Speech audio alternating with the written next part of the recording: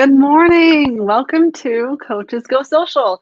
Hello, everybody on LinkedIn, on Facebook, on YouTube.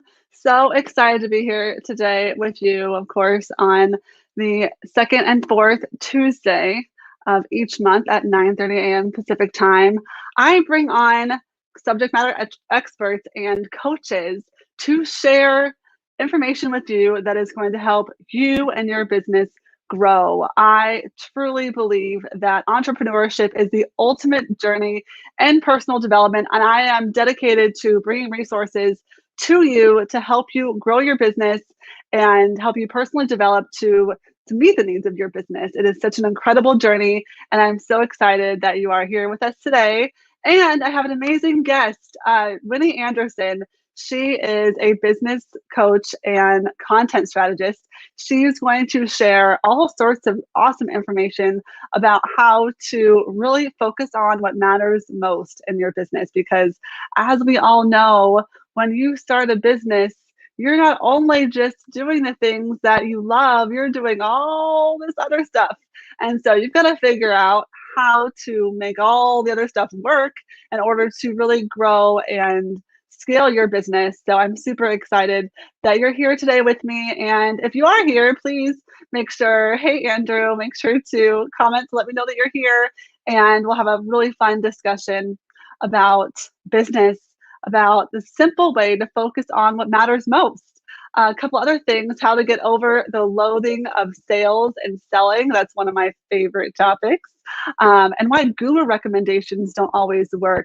And that is an interesting topic too that I can't wait to talk to Winnie about.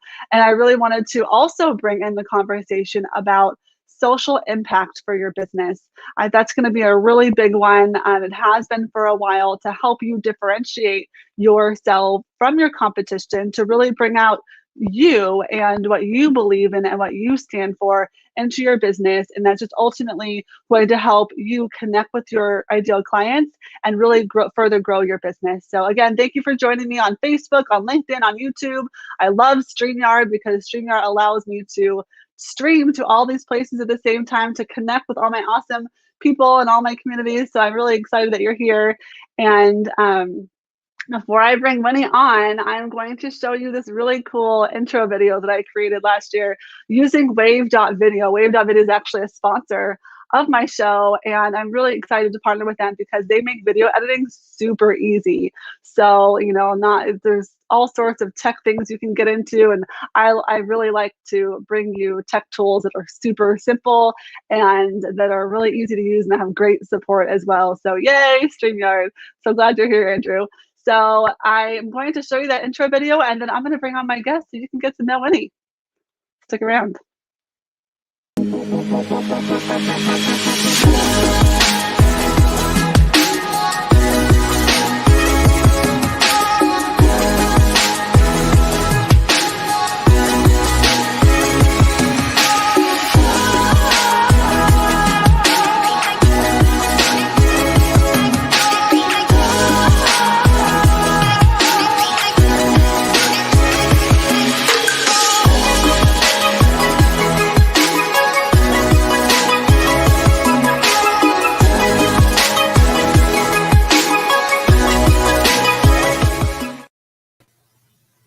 Yay, Winnie's here.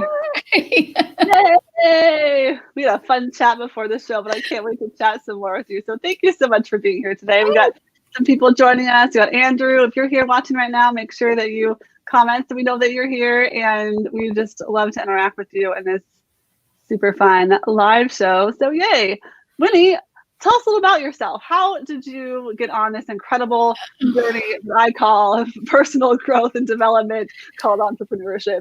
Yeah, I'll tell you, I love it. And thank you so much for having me, Amy. I'm so glad to be here. And I saw so many faces that I know in that little video. So that was fun too. Yeah. I remember seeing a quote ages ago. I don't know who said it, that being self-employed is the greatest and most frustrating self-development program there is, right? And it's true. It is a nonstop journey. I got out on my own. I was knocked out. I was in a car accident in 1999. Wow. I have a traumatic brain injury and a host of other injuries. And when that knocked me out of the workforce, I was a director of human resources and chapter operations for a large, rapidly growing chapter of the American Red Cross. And I have a background in corporate life prior to that. So there I was, not even at midlife yet, and I had to figure out what I was going to do with the rest of my life. And through a process of reinvention, I was able to move into brand strategy and copywriting and content writing. And that's really how I got here. Wow. An accidental entrepreneur, if you will.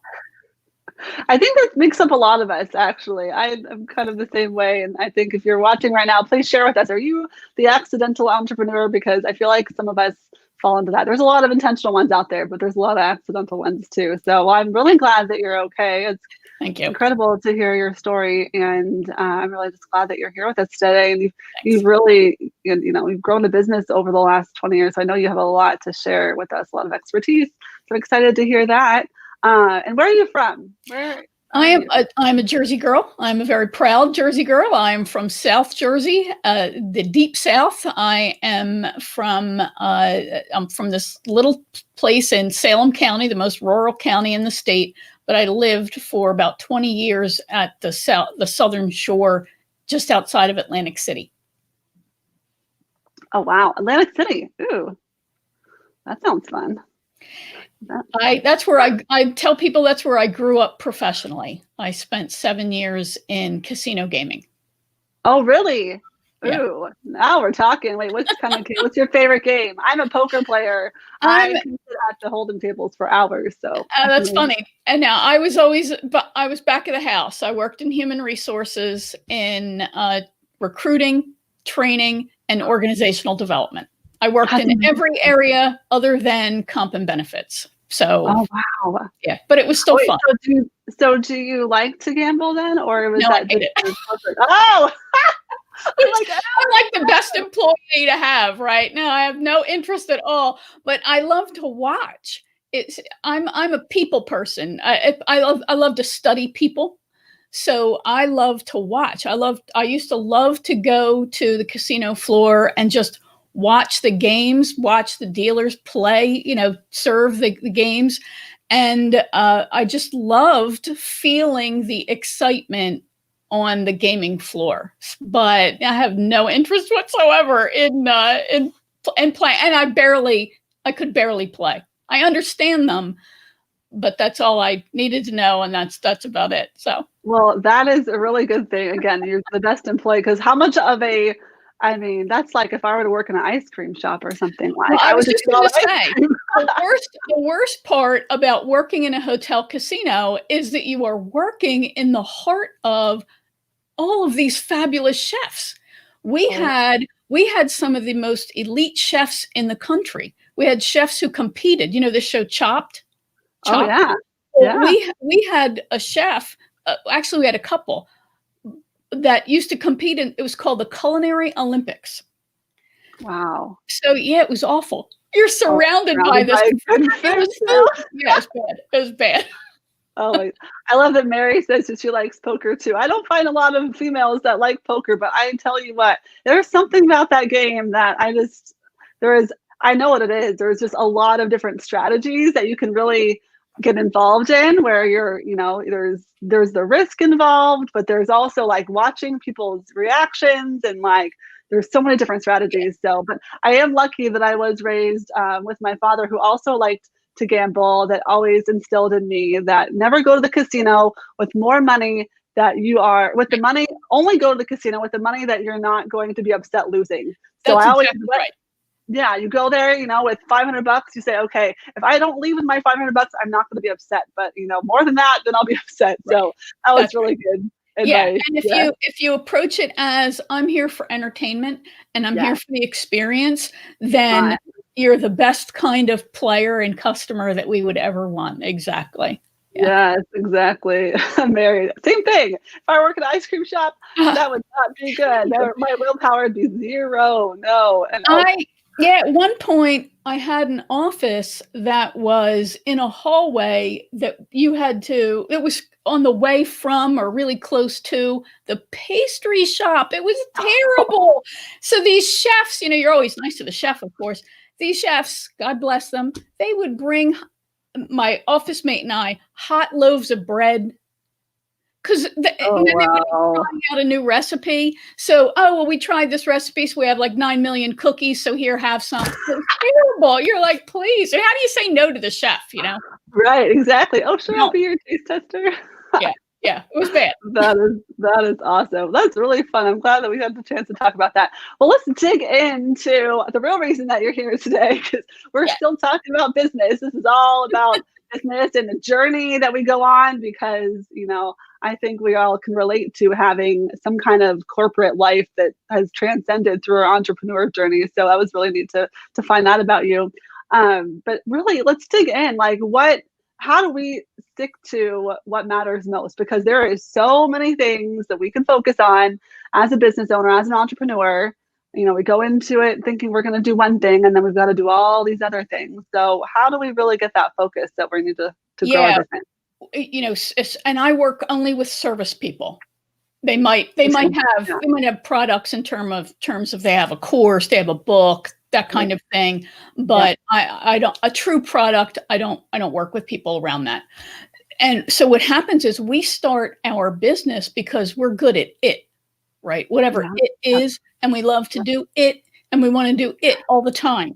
But then we discover I can't do it until I have somebody to do it for. Yeah. And often we just never think about that. And we can see the value of what we do. So we're like, what do you mean? I should have people flocking to me, right? Because how can you not see that you love this? Yeah. The problem then is that there is so much to do. And if you have a resistance to actually selling your services, then your brain is going to actively hold you back. Because you're thinking, I hate selling, selling's gross, this is terrible. So your brain is going, okay, fine. Well, I'll just keep you busy over here and you won't have to do that stuff. So it's an instance where you have to actively work around your brain and truly stop telling yourself that you hate selling, because it will certainly keep you distracted. Then you have the fact that people like us, I know you and I are very similar, we love learning. I don't care what it is. I could spend all day, every day learning about anything. Things fascinate me. Well, you haven't gotten anything done then because you've gone down one rabbit hole after another, right? And everything sounds fabulous. We were talking about video earlier. So, I love video. I'm going to tinker and learn about video. And then I'm going to learn about podcasting. And then meanwhile, will you sell something? Right? Because if you don't sell anything, you're not going to have a business. That's the whole thing, right? Right. Unless you're going to be a professional journalist or something. Yeah, exactly. Well, right. There you go. Right. Eventually you've got to, if we're going to turn it into a business, we've got to sell. So how do we get past that? How do you help your clients get past that feeling? And these things, I know you know this, they're all interrelated. So the key to staying focused on what is truly most important, there are several key components of this. One is that you have to recognize where you are on the business life cycle, because that is the single biggest thing that will tell you what you need to focus on. Because everything feels important, especially when you're a business of one, a team of one, as a client used to say, you're doing everything, right? So it's really easy to just keep all these balls juggling. But if you stay focused on where you are on the business life cycle, that will tell you this is what you need. So for example, if you have not gotten off the ground yet, well, you got plenty of stuff to figure out, and you have to nail your message. You have to understand what your offer is. It's got to be something that people are going to want to purchase. So you've got to be able to communicate this. It's got to be packaged well. You've got to learn about your buyers, right? So if you haven't even launched, stop worrying about video. Focus on what's your message, what's your offering. If you are in the building phase, right, you're still in feast or famine, you've got plenty of stuff you need to focus on that's right there. Hey, JT, you have to really look at where am I and what are my great needs because of where I am on the business life cycle. Yeah. Once you recognize that, then the other key way to stay focused is to look at the foundation stones of every business. And every business, I don't care what it is that you sell, you have 4 foundation stones. You've got clients, finance, right, which is revenue, expenses, all that stuff, organizational development, and process. And organizational development is actually building the business. You are your own organization of one. Do you have systems that actually work? Or are you stuck in feast or famine and constantly trying to reinvent the wheel? So clients, finance, organizational development, and process. So those are the key ways to stay focused. Where are you on the business life cycle? What's your greatest need? And then which of these foundation stones do I need to pay most attention to? And for most people, it's going to be clients have some issues with finance. Am I building in the systems I need? And then do I have these processes? But it always starts with clients. So then the next thing is getting out of this issue with sales. And again, it's related because, as I said, your brain will keep you, well, I'm going to work on my process. I'm going to work on this system. Everything else to avoid it. Yeah. Client, right? So you have to and I can tell you, when I was young, I was an awesome salesperson. That was my job. I was a salesperson. I won awards. I was a salesperson. Me too. As I got older, though, I don't know what in the heck happened. I got all this emotional baggage around selling. I could sell my employers. Yes. You know, when I worked in recruiting, I was a top recruiter. I had the people I hired had a retention rate of, I think it was like, I don't know, 96% or something, some crazy number like that. And I was good at it. And that's because I was selling the business and the job. Yep. But when you go out on your own, you suddenly feel like you're selling you. Yep. And totally. The closet behind me just opens up and all the skeletons come out. So I had this extra problem where, because of my head injury, as my brain was trying to get itself back together again, I had all these memories come flooding back to me. And I grew up in an abusive environment. And suddenly, all of those memories came flooding back to me. And I was like overwhelmed by all of the emotions that I had to process again. And when I did that, I had this colossal epiphany. Whether you were abused or not, you'll relate to this. There are needs that you have and wants that you desire. If you've got a need that is stronger than your want, the need will always win. So if you have any issues, we'll just call them that, any issues around putting yourself out there, making yourself be vulnerable, asking for the sale, all of that, unless you can cross that bridge from the need to the want and deal with the obstacles that are on that bridge, I call it the bridge of fear, you're not going to be able to sell. So you've got to recognize, one, that there are stories you're telling yourself, and there are wounds that you likely picked up throughout your life. We all have them. Life is traumatic. Whether you experience abuse, an accident, or anything, life is traumatic. So you've got these stories that you tell.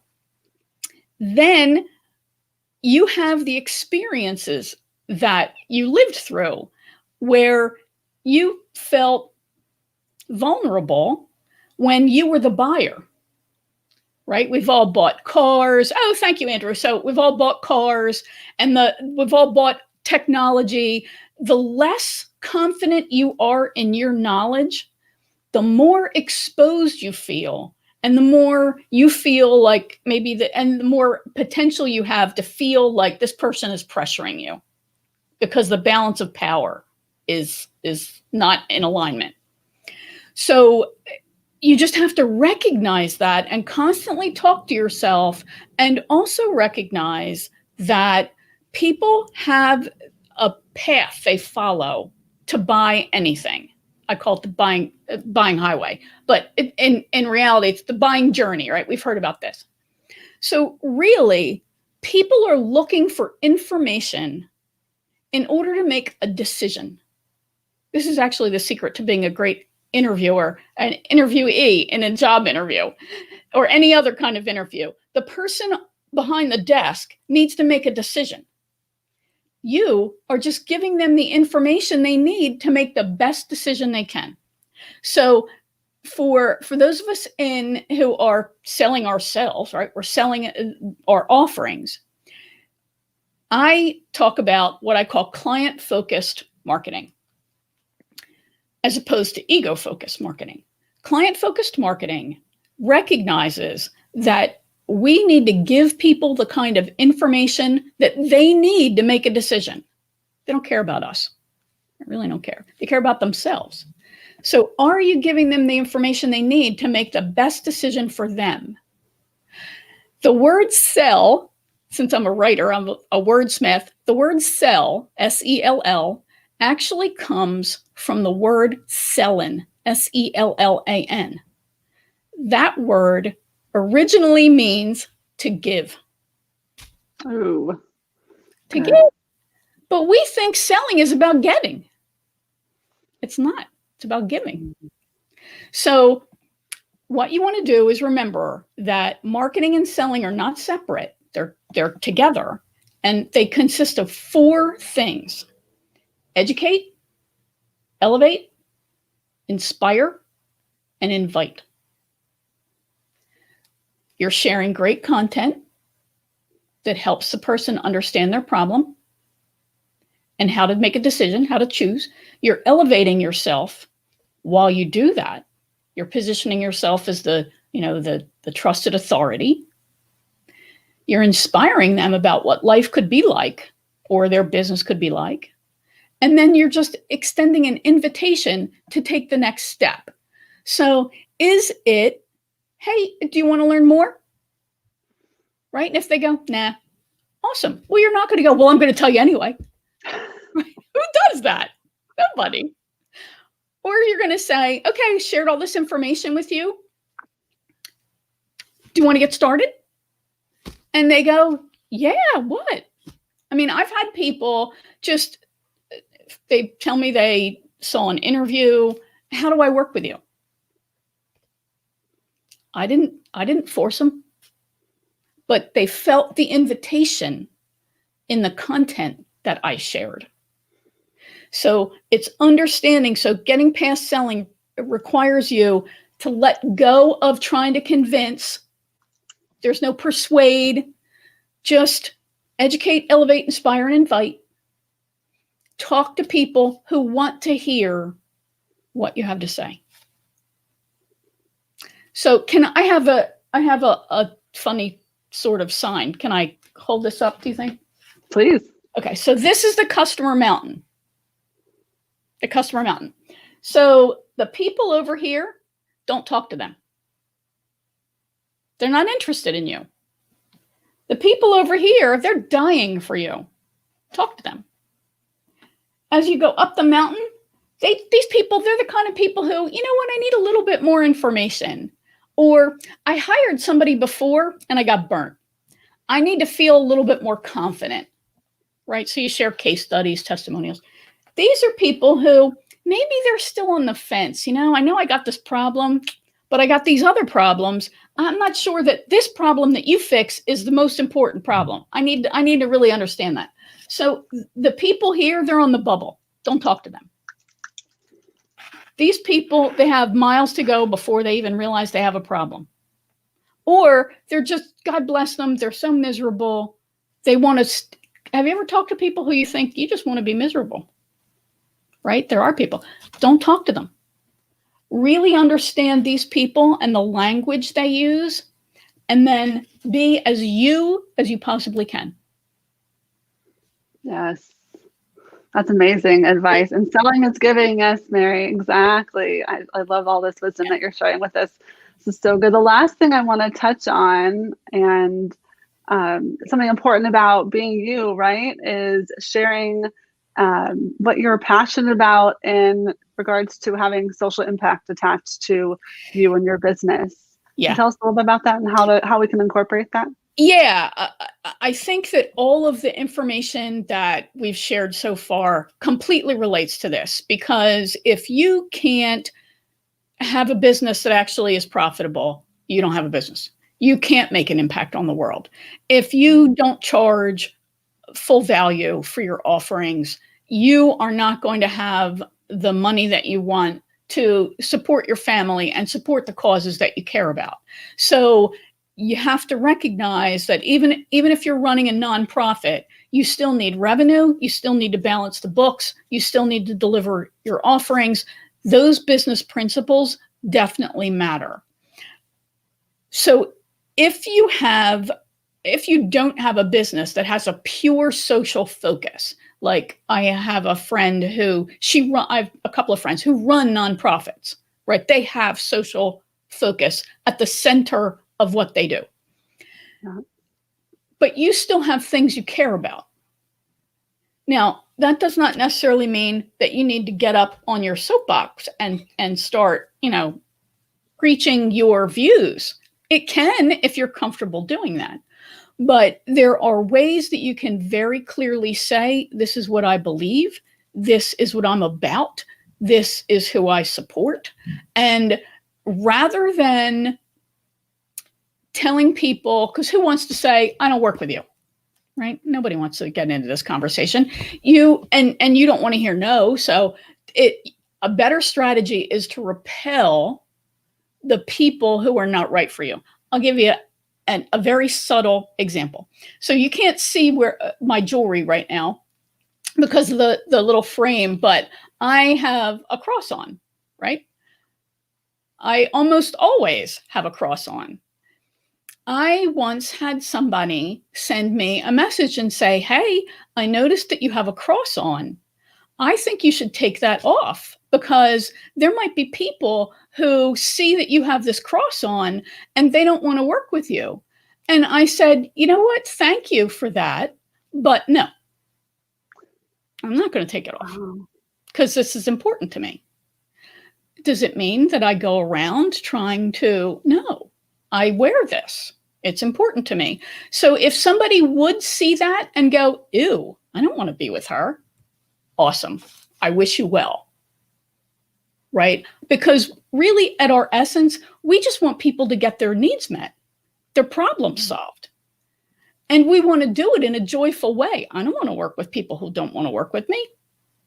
Exactly. Ew.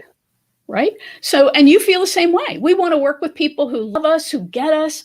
So this is truly the age-old, be your authentic self and radiate who you are so that when you share your message, because what I've just shared with you is my point of view, my beliefs, my values, my philosophy, my approach. When you radiate that, you want people who go, amen, sister. Well, I'm with you. How do I get closer to you? If there's anything that we've learned through the last several years of the political environment that we've been in, people just want more you. Yeah. Whoever you are, they just want more you. Because you don't want people who are like, yeah, she's all right. Right. You want people who love you. Absolutely. Oops. Oh, I love that. Popped out. Uh-oh. There we go. Beauty of live video. Anything can happen. I really love that. I love that you share that because, and the story too really resonates because you don't have to be all, in people's face about things. Like it's just who you are and what you believe in. And if that's something that resonates with someone else, that's going to draw the people that you want to work with. Just kind of recapping what you said, because I think it was a really beautiful example of what it means to stand for something in your brand, and how we shouldn't be afraid to hold ourselves. We shouldn't be afraid to hold ourselves back. We should be proud of who we are and express that through every channel we possibly can. And that is what is going to attract people to us. And, you know, by the simple virtue of that, you're going to drive some people away. And that is the filter that's going to work so well in your business, because of the fact that you're attracting the people, and that's by design. Yeah. So. And I think if you really hate selling, right? It's not that you hate selling. It's not that you hate talking about your offers. You hate hearing no. That's what you hate. So what you want to do is make sure that you're really communicating only with the people who want to hear what you offer. You're going to hear no less often. Yeah. And now maybe you're not going to have, you know, 1 million calls a day, but you're going to hear no less often, because you're only talking to those people who really are pretty sure. It's the details, right? They're pretty sure they want to work with you. How can we figure this out? How can we do it? Exactly. I love this conversation. I can't wait to continue it in our little mini networking session right now. So there's a link right there in the comments. Just copy and paste it right into your browser, and we will meet you over in our Facebook Messenger chat, where we're going to just continue the conversation. Like I said, we'll get to chat face to face, get to know each other a little better, and connect, because I really believe that there is not enough opportunity still just to connect at a just person to person level. So I can't wait to chat with you more there. So we're going to say goodbye for now. And next month, Coaches Go Social is going to focus on guests that have relationship advice and experience about their expertise and their experience about helping people with relationships, and with the relationship with yourself, which is the most important one. So I can't wait to talk about that. So we're going to join everyone over there, as hopefully you have just like 15 minutes to hang out with us. Can't wait to see you there. Bye.